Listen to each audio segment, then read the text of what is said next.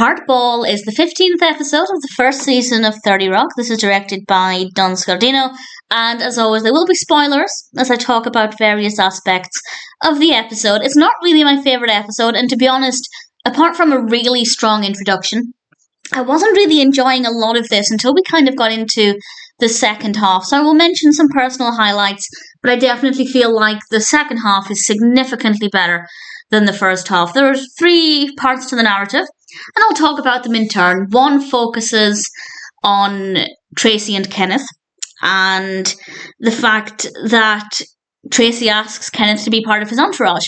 And it's quite a different experience for Tracy because he's used to his entourage doing everything he says, agreeing with everything he says, and Kenneth isn't doing that. And it's quite different. And Tracy said something that I thought was quite fascinating, actually. I rather enjoyed this moment where he's trying to throw this basketball and he tells Kenneth that actually he needs somebody who will tell him the truth rather than just being a yes man. And I think that was quite interesting because I feel like everybody would want people to have their backs and say yes to everything they suggest and agree with all their ideas. It sounds like a brilliant reality, but when it comes down to it, there's value in hearing the truth, and particularly from somebody like Kenneth, where there's definitely almost never any ill intent. It is just honesty. And I thought it was an interesting conversation. And we'll come back to Tracy at the end because I thought the ending was pretty fantastic. We also have part of the story focusing on Josh and Jack. It's contract negotiation time, and Jack is making things very difficult. And honestly, for the most part, I didn't care for this part of the episode up until Liz found Josh. And then I liked it. Josh pretended to be sick, so he didn't have to come to work and deal with this. And Liz was so certain that he was sick. Jack said he was faking it. Liz went to go to Josh's house and bring him some soup or whatever. And she found him having a meeting on company property, which I thought was rather amusing. And we end this part of the narrative with Josh and a character called Alan pretending to be a worm and a crab. It was very bizarre, but actually I really thoroughly enjoyed it.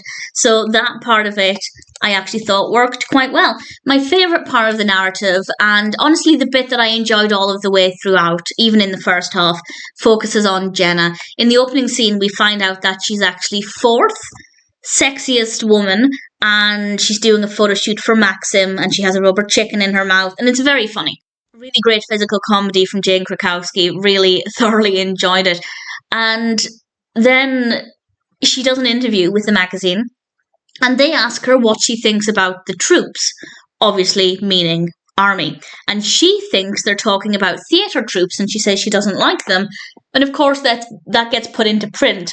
So Liz tries to help her do some damage control, which is easier said than done, especially after she goes on television and badmouths Obama and gives support for Osama, getting the names wrong in her head, which Liz basically fainted at, which I thought was very entertaining. So, as a last-ditch effort to try and get some credibility back, they dress Jenna up in red, white, and blue, and she's singing a song about America, and it seems like everything's going really well. And as I've mentioned before, some of my favourite 30 Rock episodes or moments are the ones where we do get some actual performances. So I was really, really pleased to see that. And it's going really well. She gets to the end of the song and there are pyrotechnics and things behind her. And these wheels, like the windmill, I can't remember the correct term for them, but the spinning wheels, the spinning windmills are lit, they're lit up and they're meant to spin.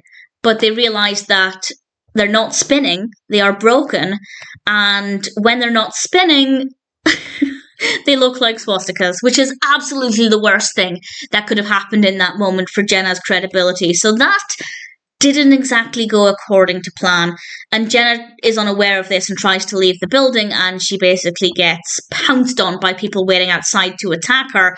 And I love the fact that they have a revolving door, because she quite literally came out of the revolving door and went straight back in, and I just thought it was very well executed, very well done. And then Tracy comes out and people are attacking him, and in that moment his original entourage have his back while singing, or well, over the top we have the singing of I Will Always Love You, which was so sweet and so moving. I thought that was a really strong ending to the episode. So the second half really was very, very well done, and I really thoroughly enjoyed it. There's nothing wrong with the first half necessarily, it just, I didn't personally find it to be that interesting. But I did love the intro with Jenna, and other personal highlights would have to include, well, just everything with Jenna, and the worm and the crab, because it was quite unexpected, and I guess 2 moments with Tracy, one on the basketball court with Kenneth, and the very, very end as well. So definitely some really solid moments, definitely not a bad episode. Hardball might not be my all-time favourite, but I still enjoyed it.